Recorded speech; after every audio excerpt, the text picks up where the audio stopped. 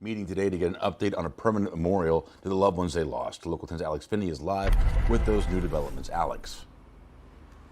And so, Louis, the judge is deciding today exactly what to do with $2 to $3 million that is still left over at this point. He ultimately decided to give it to the victims' loved ones and let them decide going forward. Or it goes to the victims. On Friday, a decision over whether or not to move forward with a memorial honoring the Surfside victims. The judge heard from the deceased victims' families about what they want. I know many people who would like to see a memorial. There are others who don't. So I think it makes most sense that the money actually goes to the wrongful death victims.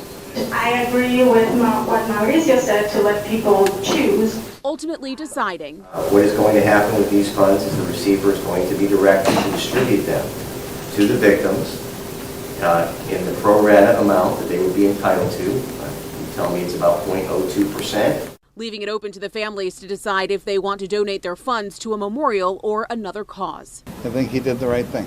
Neil Handler, whose son Jonah was pulled from the rubble, spoke with Local 10 following the judge's ruling. Whether it's a $2 million memorial or a $1.5 million memorial, $500,000 can help a lot of people with their mental health from this event.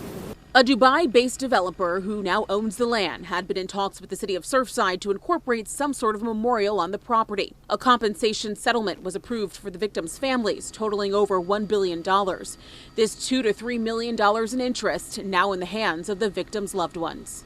But they wanted control over their money, and I thought that that was an appropriate ruling. MC. And we know that the judge said that ultimately this was not an easy decision, but it is one that he feels is best for the ones that are suffering the absolute most, who lost their loved ones.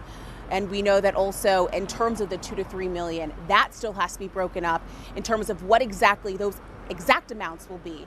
That is still to be determined.